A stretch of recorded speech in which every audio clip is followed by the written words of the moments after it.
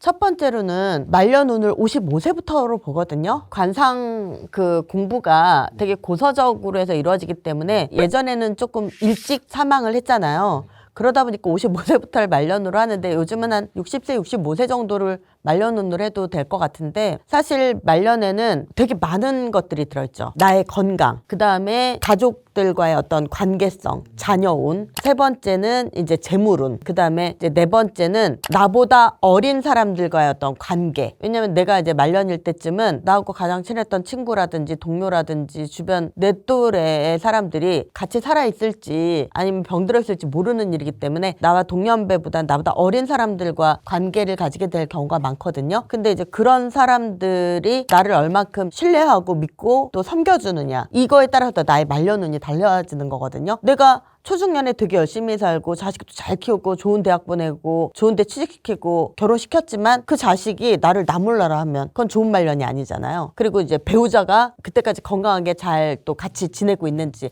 뭐 이런 것들을 보게 되는데 이제 코 밑으로 말년운을 보기 시작을 해요. 그래서 인중, 그 다음에 입술, 그 다음에 치아, 턱, 거기에 눈썹, 이렇게 5군데를 보거든요. 근데 이제 인중 같은 경우는 그 사람의 건강 상태를 보는 자리예요. 그래서 인중이 얼만큼 짙고 그 다음에 어떤 넓이를 갖고 있고 이 인중의 길이가 어느 정도 되느냐, 이거를 가늠해서 이 사람이 말년에 어떤 병이 걸릴 수도 있겠다, 아니면 어떤 질환을 조심해야 되겠다, 이런 게 나오고요. 입술은 재물 창고기 때문에 금전운을 보는 자리고요. 그 다음에 이제 치아는 누구나가 다 알지만 오복 중에 하나라고 하잖아요. 예를 들면 내가 건강하고 재물도 있고 가족도 다 있는데 치아가 또 건강하지 못하거나 그러면 먹는 즐거움도 없고, 그리고 또 이제 치아의 개수, 그 다음에 치아의 크기, 치아의 색깔, 치아의 형태, 모양, 이런 것들에 따라서 금전운이라든지 운이라든지 또는 사람들과의 관계, 이런 것들을 다 볼 수 있거든요. 예를 들면 치아를 처음부터 잘못하고 난 건 아닌데 치아를 관리를 안 하시는 분들이 되게 많아요. 치아가 중간에 하나가 빠져 있는데 그걸 빨리 채워놓지 않으면 치아 형태가 다 무너지거든요. 잇몸도 바뀌고 그 다음에 이제 치아의 구조도 바뀌어요. 그리고 이제 치아가 빠져 있거나 또는 치아 사이가 떠 있는 경우, 이런 경우는 운이 다 빠져나가요. 돈도 다 빠져나가고, 그리고 이제 이렇게 덧니가 심하거나 뾰족한 치아들이 있어요. 그런 뾰족한 치아나 그 다음에 너무 들어가 있는 옥리 치아를 가지신 분들은 말하자면 인생의 질서가 잘 없어요. 그래서 계획은 거창한데 너무 거창한 계획 때문에 실천이 쉽지 않아요. 그러다 보니까 일을 벌리게만 하고 수습을 잘 못하거든요. 그래서 이제 이런 분들 같은 경우는 본인 의지하고 상관없이 우리가 어떤 관상, 어떤 사주, 어떤 이름을 쓰느냐가 그 사람의 성향을 만들고 그렇게 만들어진 성향이 내 운명을 만들거든요. 그래서 치아가 좀 고르지 못하거나 치아 모양이나 형태나 치아의 구조적인 문제가 있는 분들은 치아를 관리를 빨리 하라고 시키죠. 말년운이나 운을 받기 위해서. 그 다음에 이 하관, 턱이 이제 U자형으로 이렇게 부드럽게 곡선을 그리면서 U자형으로 너무 날렵하지 않고 어느 정도 좀 살집이 있어야지 좋거든요. 이제 이 턱은 내가 주변 사람들과의 어떤 관계성, 자식, 내 아랫사람들과의 관계, 그 다음에 주변 환경, 이런 것들을 보는 자리거든요. 아까 이제 말년운에 눈썹도 들어간다고 했잖아요. 눈썹이 어느 순간 자기도 모르게 눈썹이 막 듬성듬성 빠지는 경우가 있어요.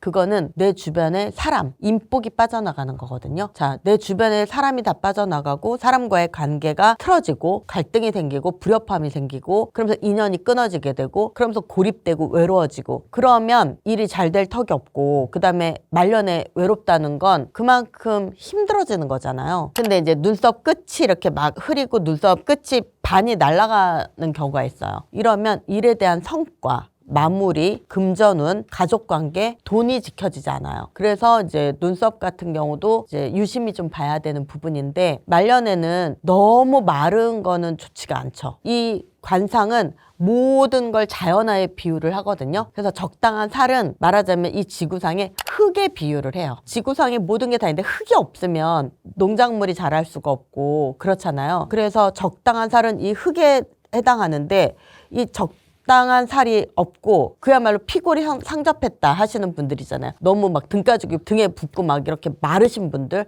이런 분들은 아무리 부자였더라도 결국에는 그 돈을 사기를 당하든 아니면 뭐 누군가한테 뺏기든 뭐 어떤 방식으로든 돈이 없어지는 경우가 많고요. 그 다음에 이제 이 관상에서 양쪽 관골은 사회적인 활동운을 보는 자리거든요. 그래서 이 양쪽 관골이 계란 하나를 머금고 있는 것처럼 웃었을 때 앞으로 튀어나오고 계란 하나 머금은 듯이 그런 관골이 돼야 좋다라고 얘기를 하는데, 이 관골이 이렇게 함몰돼 있거나 이쪽에 상처가 있거나 이런 분들이 있어요. 이런 분들도 초중년에 되게 일을 많이 하고 굉장히 이렇게 바쁜 생활을 했을지 모르겠지만 말년에 뭐가 좀 지켜지진 않는 거죠. 그리고 이제 이 입 주변, 나이가 먹으면 이 입술 주변부터 늙어요. 그런데 입 옆가에 주름이, 세로 주름이 막 겹겹이 많이 가시는 분들 있거든요. 이런 경우도 이제 말년운이 조금 좋지 않게 보거든요. 그래서 우리가 나이가 먹으면서 분명 젊었을 때하고는 다른 어떤 쨍함이나 그런 총기나 이런 게 당연히 없어지죠. 하지만 말년운, 운의 영향을 받을 만큼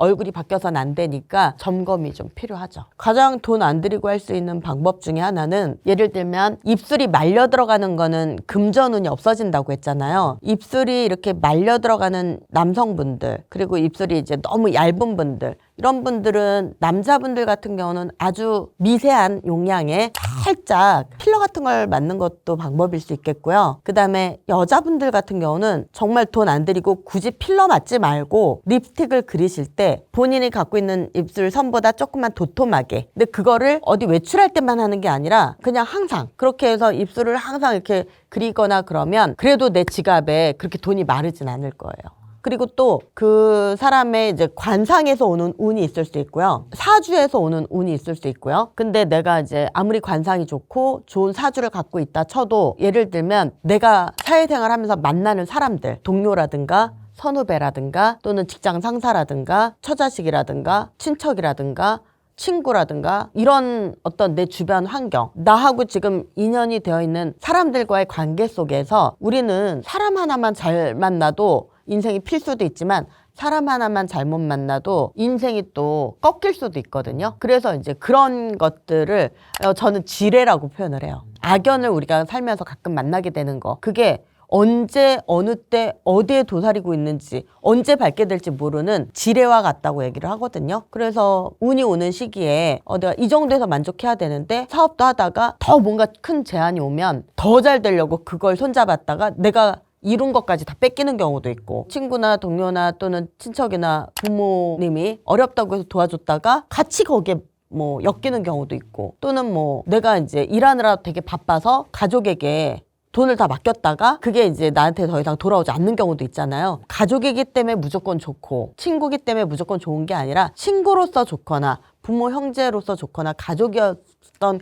관계로서는 좋지만 그게 이제 돈 관계가 되거나 또는 어떤 사업 관계가 되거나 그랬을 때는 얘기가 달라질 수 있기 때문에, 내가 지금 잘 되고 있는 이 시기에 저 사람들과 무엇을 함께 도모하는 게 맞는지 이런 거는 알고 살아야 될 것 같아요. 관상을 보면 성격은 100%죠. 왜냐하면 사람들은 관상하면 눈, 코, 입만 관상인지 아는데, 관상은 머리끝부터 발끝까지를 다 봐요. 그 사람의 생김새, 눈빛, 태도, 버릇, 이 모든 걸 다 본다는 거거든요. MBTI보다 훨씬 세분화돼 있고 훨씬 정확하게 성격까지 다 보게 되죠.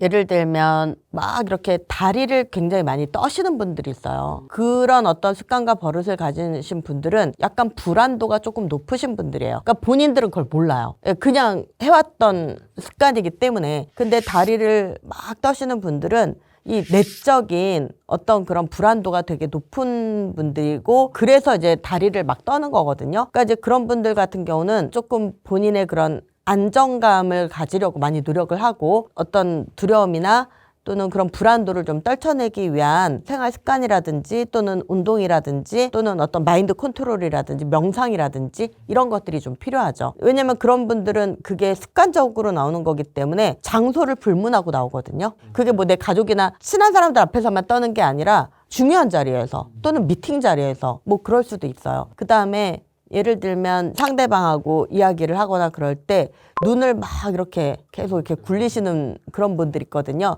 그런 분들은 사실 성향상 약간 좀 계산적인, 그리고 세세하게 따지는 걸 좋아하는 사람들이거든요. 그러니까 이제 그런 분들 같은 경우는 본인은 그게 습관화돼 있고 그렇게 이제 계산하고 따지는 게 당연하다고 생각하는데 남들이 생각할 땐 피곤하게 여길 수 있거든요. 그런 분들 같은 경우는 예를 들면 기분을 내면서 내가 오늘 살게 이런 경우 잘 없어요. 무조건 더치페이거나 무조건 n분의 1 뭐 이런 식일 경우가 많거든요. 그런 분들 같은 경우는 조금 그런 성향일 수 있는데 이런 부분들, 그리고 또 예를 들면 너무 큰 소리로 말하거나 되게 크게 호탕하게 웃거나 이러신 분들 같은 경우는 성향상 오히려 더 소심한 분들이 많아요. 그런 분들하고 제가 상담을 해보면 외부에서 보면 그 사람 되게 호탕한 사람이지, 그 사람 되게 기분파야, 그리고 뭐 그 사람 굉장히 뭐 좋은 사람이야 이렇게 얘기를 하는데 나쁜 사람이란 얘기가 아니라 오히려 더 내성적일 수 있다는 거예요. 그 다음에 저는 인성을 볼 때는 지나가면서 하는 말 한마디 한마디 그런 것들을 더 많이 파악하는 편이에요.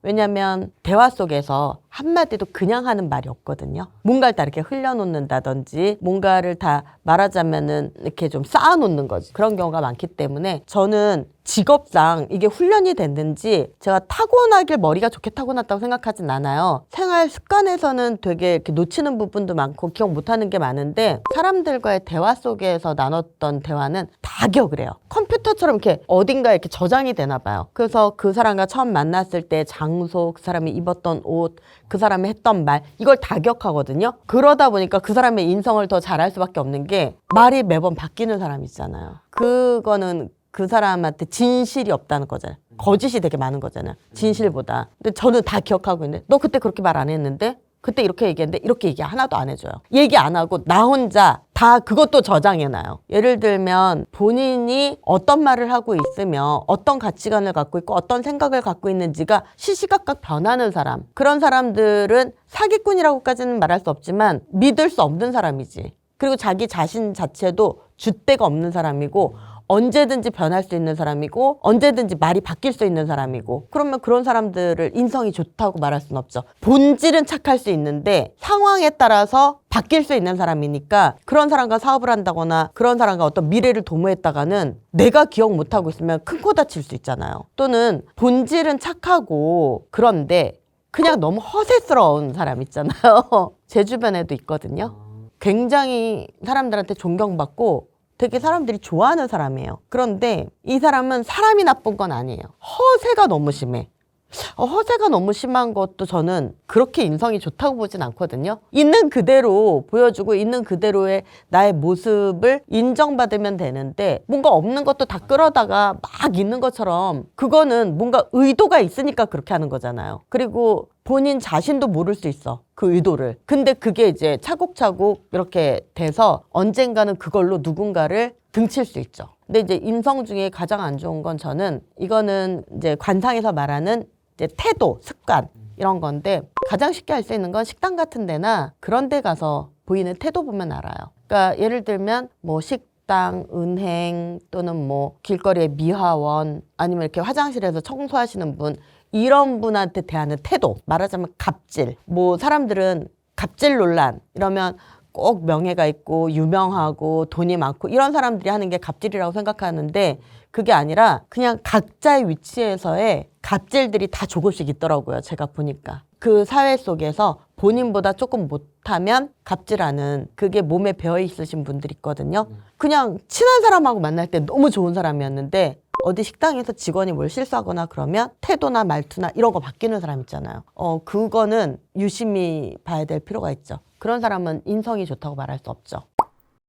제가 35년 상담하면서 느낀 거는요. 그 사기꾼인 사람들도 태어나서부터 죽는 날까지 그 사람이 만나는 모든 사람한테 사기꾼은 또 아니고 어느 누군가한테는 사기꾼인데 가족에게는 더할 나위 없는 아버지일 수도 있고 또 너무너무 좋은 아버지여도 너무너무 또 사회적으로 유명 인사여도 우리들이 보는 모습이 다가 아니라 뒤에 또 다른 면이 있을 수도 있잖아요. 그래서 약간 상대적인 경우가 또 많아요. 그래서 제가 이렇게 봤을 때 어떤 분이 이 사람한테 이제 사기를 당했다고 오시는 경우 있잖아요. 그래서 관상을 딱 보면 이 사람 사기꾼 관상이 아닌데? 그래서 이제 이 사람이 둘의 궁합을 봐요. 그럼 궁합이 악연이야. 그리고 만났던 그 시기가 또 안 좋거나 아니면 이 사람은 사기칠 마음이 없었는데 같이 사업을 하다 보니까 이 사람이 너무 답답하고 말은 안 듣고 이래서 뭔가 그렇게 되는 경우도 있고, 물론 의도적인 희대 사기꾼도 있기는 하지만 거의 이제 그렇게 되는 경우들이 사실은 좀 많거든요. 근데 이제 희대 사기꾼이라고 불릴 만한 그런 사람들 같은 경우는 사실 이제 이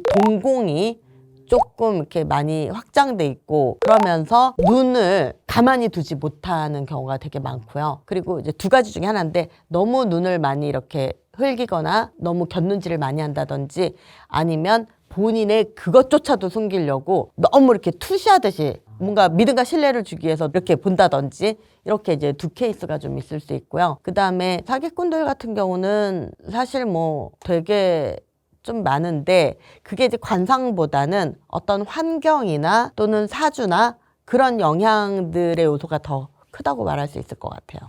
어떤 눈, 어떤 코, 어떤 눈썹, 이거를 조금은 말하는 거를 약간 조심스러워요. 왜냐면 이제 그거는 어떤 조화가 있어서 이러한 관상은 약간 사기꾼 관상이다, 배신할 관상이다, 이게 전문가가 봐야 되는데, 지금 유튜브에 너무 무분별하게 뭐 AI나 막 이런 것들로 해서 정확하지 않은 정보들이 너무 많이 돌아다니면서 이런 눈은 사기꾼의 눈이다, 뭐 이런 코는 이렇다, 막 이렇게 하니까 그런 눈을 가진 분이나 그런 코를 가진 분들은 괜히 그런 영상 한 번쯤 봤던 사람들한테 낙인이 찍히는 거예요. 아니, 그런 눈은 가졌더라도 다른 조화로움으로 이 사람이 괜찮은 사람일 수 있거든요. 그래서 이거는 조금 많이 오해나 곡해 소지로 정확하게 볼 줄 모르시는 분들이 좀 낙인을 찍을 수 있어서 조금 조심스러운 것 같아요. 이 채널을 구독하고 시청하시는 많은 분들도 다 각자의 그 삶과 기준 안에서의 어떤 꿈도 있고 희망도 있고 미래에 대한 기대도 있을 거잖아요. 우리가 두 번은 살 수 없고 한 번밖에 못 사는 선물처럼 주어진 이 인생길에 있어서 내가 어떤 마음가짐과 어떤 태도와 어떤 습관을 가지고 어떤 목표를 향해서 달려가느냐도 굉장히 중요하겠지만, 사람들은 이 달린 눈으로 보통 다른 사람만 많이 봐요. 다른 사람들의 장점과 단점을 보고 판단하고 생각하고. 근데 이 두 눈으로 남들만 보고 평가하지 마시고, 저는 거울도 많이 보고 내 내면을 많이 보라고 얘기를 하거든요. 결국 관상에서 끝에 가서 하는 얘기는 눈, 코, 입의 관상도 중요한데 마음의 심상이 가장 중요하다라고 얘기를 해요. 예, 마음의 심상이 가장 중요하다고 얘기를 하는 것은 이 세상의 모든 이 진리와 모든 것은 다 내 마음 안에 달려있다는 거예요. 돈이 많다고 해서 꼭 행복한 것도 아니고, 또 돈이 많거나 출세했거나 유명하다고 해서 꼭 잘 살고 있는 것도 아니에요. 내가 가진 거 안에서, 내 환경 안에서 내 가족들과 소박하지만 그 행복의 빈도를 많이 누리는 사람이 저는 가장 행복한 사람이라고 보는데, 요즘은 사람들이 행복해할 줄 잘 모르는 것 같아요. 사실 이제 상담으로만 만난 거는 3-40만 명 정도 되는 것 같고요. 강연, 또 행사, 연예인들, 뭐 스태프들, 제가 뭐 이렇게 한마디씩이라도 해주고 했던 것까지 따지면 한 100만 명 정도 될 것 같아요. 제가 이제 부자 되는 관상 볼 때 세 군데를 굉장히 좀 중요하게 보거든요. 첫 번째로는 이 눈하고 눈썹 사이, 여기는 전택궁이라고 해요. 그래서 여기는 이제 문서운을 보는 자리거든요. 집이라든지 땅이라든지 건물이라든지, 예전에는 전택궁이라고 해서 집, 땅, 건물 요것만 봤는데, 요즘은 자산 증식으로 주식이라든지 코인이라든지 이런 것들까지 포함을 해서 재테크 또는 그런 이제 문서운을 보는 자리로 이 눈하고 눈썹 사이, 여기 전택궁이라고 하는 곳이 말하자면 간격이 넓고, 그러면서 상처나 점이나 또는 어떤 뭐 주근깨나 이런 것들이 없이 매끈해야 되고, 그러면서 여기가 너무 두 겹, 세 겹씩 꺼지지 않아야 되고, 그 다음에 전택궁의 간격은 되게 좋은데 남자분들은 눈썹을 잘 관리를 안 하잖아요. 여자들처럼 여기에 잔털, 눈썹 잔털 이렇게 잔뜩 나 있는 분들이 있어요. 그게 관리가 안 돼 있는 분들이 있거든요. 그런 분들은 그것만 관리해도 굉장히 많이 달라져요. 두 번째로 보는 곳은 이제 코. 코는 현금이 드나드는 통로라고 하거든요. 이 코의 길이, 그 다음에 코의 높이, 그 다음에 코의 모양, 그리고 이 코끝은 재물 창고라고 하거든요. 그래서 이 코끝이 너무 뾰족하지 않고 코가 또 휘어도 안 되고, 그러면서 코에 너무 이렇게 잔주름이 많이 가거나 코에 상처가 있거나 이런 것도 또 좋지 않아요. 그래서 이제 코는 현금을 보는 자리고 이 전태궁은 현금을 잘 벌어서 재테크, 자산을 어느 정도 이 사람 모을 수 있겠나 요걸 보는 자리라면 입술은 말년에 재물운을 보는 자리거든요. 그래서 입술은 말하자면은 창고라고 해요. 재산을 쌓는 곳간이라고 하는데 이 재산을 자 초년 중년에 돈을 잘 벌었어. 그렇더라도 뭐 자녀로 인해서 또는 뭐 어떤 배우자로 인해서 또는 일가 친척이나 어떤 뭐 주변 친구나 동료나 이런 사람 때문에 뭐 사기를 당한다든지 이렇게 해서 돈을 날리지 않고 잘 지켜야 되잖아요. 그래서 이 말년까지 이 재산운을 잘 지키고 잘 가져갈 수 있는지 이걸 보는 게 이제 입술인데 입술은 나이가 먹어가면서 입술이 이렇게 말려 들어가는 사람들이 있거든요. 그리고 입술이 너무 얇은 사람들이 있어요. 그리고 입술 색깔이 또 너무 시퍼렇거나 죽은 색깔인 사람들이 있어요. 이런 거는 또 뭐 초중년에 돈을 많이 갖고 있었다 하더라도 말년의 재산을 지킬 수 없는 어떤 상황이나 어떤 문제가 생길 수 있거든요. 그래서 이제 입술이 좀 도톰하면 좋고 그다음에 입술 색깔 같은 것도 좀 보게 되고 이런 전태궁이라든지 코라든지 입술이라든지 사실은 다 관리가 충분히 가능합니다. 그중에 한 예로 굉장히 좀 어려운 분이었는데 그분은 결혼을 해서 자녀가 둘이 있는 여자분이었어요. 대구에서 상담을 온 거예요. 제가 나왔던 방송을 보고. 근데 남편하고 사이도 너무 안 좋았고 그다음에 남편이 거의 좀 일을 하지 않고 여자 혼자 일을 하는 상황이었는데 여자분이 사회복지사였어요. 사회복지사는 거의 봉사 수준이지 그렇게 돈을 많이 버는 그건 아니니까 그 얼마 안 되는 급여로 본인이 이제 집안 살림도 꾸려야 되고 애들도 키워야 되고 거기다가 이제 집이 또 월세였어요. 제 기억으로 200만 원 조금 안 되는 돈으로 내 식구가 생활하면서 월세도 내야 되고 막 그런 상황이었었거든요. 근데 이제 관상에서 그분은 특히 피부가 굉장히 좋지 않았어요. 근데 관상에서 이 피부는 말하자면은 농부가 농사를 짓기 위해서는 기름진 땅이 필요하잖아요. 땅이 있어야 어떤 수확을 할 거 아니에요. 농사를 짓고 일단 땅의 역할을 하는 게 피부거든요. 근데 피부가 굉장히 좋지 않아서 피부를 좀 관리를 시켰고 저한테 처음 상담 왔을 시점에서 한 2, 3년 후에 운이 들어오는 시점이었어요. 본인이 사회복지사가 꿈이냐 돈을 많이 벌고 적게 벌고야 상관없이 본인이 이게 너무 좋아서 하는 일이면 돈을 떠나서 좋아서 하는 일이니까 그럼 제가 바꿔줄 수 없잖아요. 근데 그건 아니고 언제든지 사회복지사대로 하면서 다른 좀 더 돈 벌 수 있는 어떤 투잡이나 다른 걸 좀 하고 싶다고 그렇게 했었는데 그 운이 들어오는 시점에 조금 더 고액의 어떤 좀 좋은 자리로 이직을 또 할 수 있게 됐고 그러면서 제가 이제 이 운에 본인의 관상에서 이런 부분들을 좀 보완을 했으니 본인의 이 전태궁에서는 부동산 운이 맞으니까 소액으로 경매 같은 걸 좀 공부를 해봐라. 그래가지고 월세 살던 분이 경매로 처음에는 18평 아파트 사게 됐고 지금은 한 40평대로 이사 가고 그러면서 이제 그분이 조금씩 모아가지고 금을 모으기 시작했어요. 그래서 지금은 좀 많이 좋아졌죠. 저한테 찾아오시는 손님들은 믿져야 본전이라는 마음으로 근데 믿져야 본전일 게 없는 게 제가 제 얼굴도 아니고 남의 얼굴을 굳이 관리를 시킬 이유가 없잖아요. 그분들 좋아지라고 하는 거고 그분들도 본인들 나름의 노력에서 할 수 있는 걸 다 해봤는데 관상에 대한 관심은 안 가져봤는데 그 관상을 바꿔서 이렇게 좋아질 수 있다면 한번 해볼까? 그런 마음으로 가볍게 뭐 큰 돈이 들거나 수술을 하거나 그런 거 아닌 선에서 저는 권하니까 그렇게 관리를 하다 보니까 정말 좋은 일이 생기고 형편이 좋아지니까 저하고 연을 계속 이어가는 거죠. 더 잘 되고 싶으니까. 그런데 그냥 이렇게만 듣고 나름 관리를 했다고 오시는 분들이 있거든요. 그거는 이제 전문가 소견하고 다를 때가 많거든요. 그래서 어떤 뭐 시술을 한다든지 또는 성형을 한다든지 메이크업을 한다든지 나름 관리를 한다고 하더라도 전문가한테 정확하게 듣고 어디를 어떻게 관리를 해야 되는지를 알고 해야죠. 그리고 또 가장 중요한 건 생활 습관이나 태도, 마음이죠. 내가 바뀔 의지와 생각이 있어야 사실은 제가 주는 솔루션을 할 수 있는 거거든요.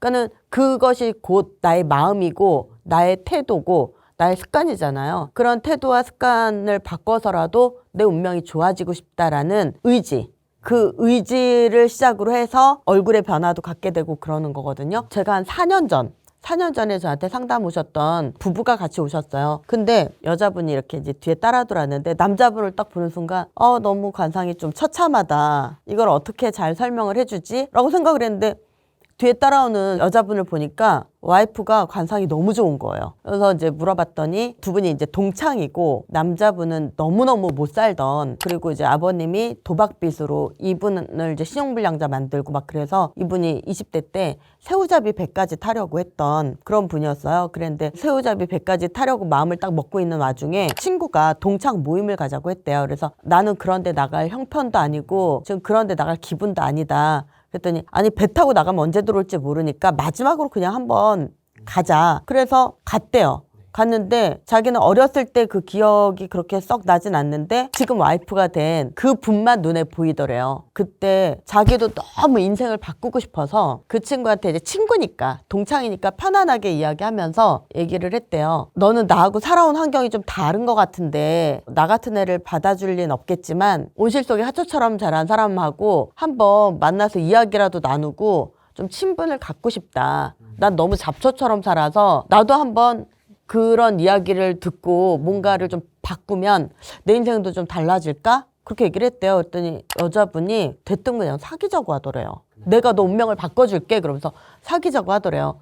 그래서 이제 새우잡이 배를 타는 거는 미루고 이분하고 이제 이렇게 교제를 하면서 이제 투잡 쓰리잡을 뛰고 있었던 거예요. 근데 여자분이 보니까 물론 아버지가 지어놓은 빚 때문이겠지만 너무 부지런하고 그래서 자기 외모도 안 보고 그 사람의 지금 형편이나 상황도 보지 않고 그냥 도와주고 싶고 그래서 이제 만남을 갖게 되고 집에다 얘기를 해서 결혼 승낙을 받아내고 그렇게 해서 이제 결혼을 했는데 아내분이 굉장히 관상이 좋다고 했잖아요. 그분 지금 100억대 자산가 됐거든요. 남자분이 100억대 자산가가 됐는데 제가 이제 이분의 어떤 태도, 습관에 대해서 얘기하려고 해요. 관상은 아무리 이제 뭐 이렇게 유튜브나 이런 데 떠돌아다니는 거 이렇게 봐도 자기 관상은 견적도 안 나올 것 같고 또 그렇게 고칠 만한 돈도 없고 그럼 어떻게 하면 부자가 될 수 있나? 부자들의 생활 습관, 부자들의 어떤 그런 명언 이런 것들을 막 찾으면서 그런 거라도 따라해 보려고 노력을 했대요. 그 첫 번째가 이분이 자고 일어나면 이불 정리, 그러니까 침구를 정리하는 거거든요. 그리고 두 번째가 집안을 깨끗이 하는 거. 세 번째가 현관 정리를 하는 거. 네 번째가 그 집안 공간에 맞는 크기의 가구를 두는 거. 이런 것들을 그러니까 내가 관상에서 이미 그렇다면 풍수나 생활 습관이라도 해보면 내 운명이 바뀌지 않을까? 그렇게 해서 관상 좋은 와이프와 살면서 자기가 부자가 되기 위한 모든 습관과 태도와 이런 것들을 다 바꾼 거예요. 그랬더니 어느샌가 자기가 100억대 자산가가 되었다라고 얘기를 하면서 그분이 그래도 또 바꿀 수 있는 게 있거나 고쳐야 될 게 있거나 자기의 어떤 태도나 습관에서 더 추가할 게 있다면 알려달라고 오신 거예요. 제가 강연이나 방송에서도 이야기하는데 내가 좋지 않은 관상을 갖고 있어. 그렇다고 해서 너무 실망할 필요는 없죠. 내 관상이 좋지 않더라도 얼마든지 이미지 메이킹이나 또는 어떤 표정이나 습관이나 이런 것들로 바꿀 수 있고요. 그 다음에 얼마든지 내 관상이 안 좋더라도 나중에 배우자 고를 때 좀 배우자 관상이 좋은 근데 또 부부가 또 관상이 안 좋아. 그래도 자녀가 태어나면서 집이 잘 되는 경우 있거든요. 그렇게 될 수도 있어요. 그래서 관상이나 사주에만 맹신하는 게 아니라 내가 좋지 않다고 해서 자포자기하고 살진 않잖아요. 환경이 안 좋게 태어났다고 해서 환경이 안 좋은 환경에서 태어나도 얼마든지 우리들은 더 나은 삶을 살기 위해서 노력들을 하잖아요. 그리고 자기 개발을 하잖아요. 관상도 사주도 운명도 마찬가지죠. 한번 바꾸면 그 습관대로 살게 돼 있어요. 왜냐하면 다시 예전으로 돌아가기 싫으니까. 사실 부부는 일심동체가 되거든요. 예, 그래서 같은 공간에 살고 같은 식사를 하고 같은 곳을 좀 바라보게 되죠. 물론 이제 부부가 돼서도 동상이몽인 분들도 있지만 대체로 내가 그래도 결혼을 해서 잘 살아보고 싶다는 분들은 이제 많은 것들을 서로 공유하고 의논하고 그러잖아요. 그런데 그렇게 이제 서로가 좋은 것을 닮아가고 좋은 것을 배우려고 하고 그 다음에 애초에 이제 내가 좀 관상이 좀 좋지 않지만 배우자분이나 또는 뭐 남자 배우자분이 더 관상이 좋으면 그 영향을 또 받기도 하고 근데 그 영향을 통해서 쟤는 저런 관상과 저런 생활 태도와 저런 어떤 인성을 갖고 있으니까 여태까지 굴곡 없이 잘 살아왔구나. 그럼 나도 저렇게 되고 싶다. 이 배우자한테 경쟁 의식을 느끼기도 하고 배우자한테 가장 그런 또 영향을 받기도 하거든요. 예, 그래서 그런 것들이 서로가 이제 상호 보완이 되는 거죠. 그리고 또 우리가 내가 형편이 좋거나 막 그런데 꼭 조건을 보고 결혼을 하거나 조건을 보고 남녀 연애 대상을 고르는 사람들도 있지만 내 조건이 나쁘지 않고 좋기 때문에 좀 그렇지 않은 사람한테 연민을 느끼거나 그렇지 않은 사람을 도와주고 싶은 마음에서 연애를 시작하고 결혼을 하시는 분들도 상당히 많거든요. 관상도 그런 것 같아요. 관상이 되게 좋으신 분들은 상대방 관상이 좀 좋지 않아도 크게 개의치 않더라고요. 그러면서 그냥 뭔지는 모르겠는데 그런 연민을 느끼면서 내가 도와주고 싶다. 그 와이프분도 그랬던 것처럼. 근데 그 와이프분은 관상은 자기가 좋았을지 모르겠지만 부자가 되고 싶고 한 번쯤 잘 살아보고 싶고 그래서 했던 남편의 노력들은 감히 자기가 따라갈 수 없다고 얘기를 하더라고요. 그러면서 두 분이 서로 또 너무 존중을 해주는 거예요. 그리고 가장 좋았던 건 제가 항상 많은 손님들한테도 얘기하는데 내가 관상이 좋아지거나 또는 어떤 그 시기를 잘 만나서 운을 받아서 잘 될 때 있거든요. 잘 됐을 때 절대 겸손해야 되고 절대적으로 나한테 도움 줬던 사람을 잊으면 안 되고 그런 얘기들을 항상 하는데 그 남편분은 아내분을 만나면서부터 되게 잘 됐잖아요. 그래서 이분이 뭐라고 말씀을 하시냐면 아무리 이리 보고 저리 봐도 거울을 뚫어지게 봐도 자기가 이렇게까지 자산가가 될 얼굴이 아닌 걸 자기가 안 돼요. 그리고 그 시기도 와이프를 만나면서부터 잘 됐기 때문에 자기는 와이프를 여왕처럼 모시고 산다는 거예요. 그래서 주말에는 항상 와이프와 아이들하고 시간을 보내고 본인이 직접 다 요리를 해서 와이프와 애들한테 대접을 해주고 그다음에 청소, 침구 정리 뭐 그런 것들은 다 본인이 하더라고요. 그러니까 와이프 덕분이라고 생각을 하는 거지. 그래서 저 사람은 부자가 되겠다 하는 부자 될 관상도 분명하게는 있는데 그 부자가 되는 게 어릴 때 태어나면서부터 금수저로 아예 타고나는 부자도 있지만 우리가 살아가면서 어떤 사업을 한다든지 뭐 좋은 아이템을 또 이렇게 찾게 된다든지 또는 어떤 재테크를 잘 한다든지 이러면서 이제 부자가 되곤 하잖아요. 그런 측면에서 보면 부자 될 관상은 필수로 있어야 되지만 거기에 이 부자가 되기 위한 좋은 시기, 때, 운이 좋은 그 때가 있거든요. 그 좋았던 관상이 그 때를 만났을 때 이제 시너지가 나면서 부자가 되는 거죠.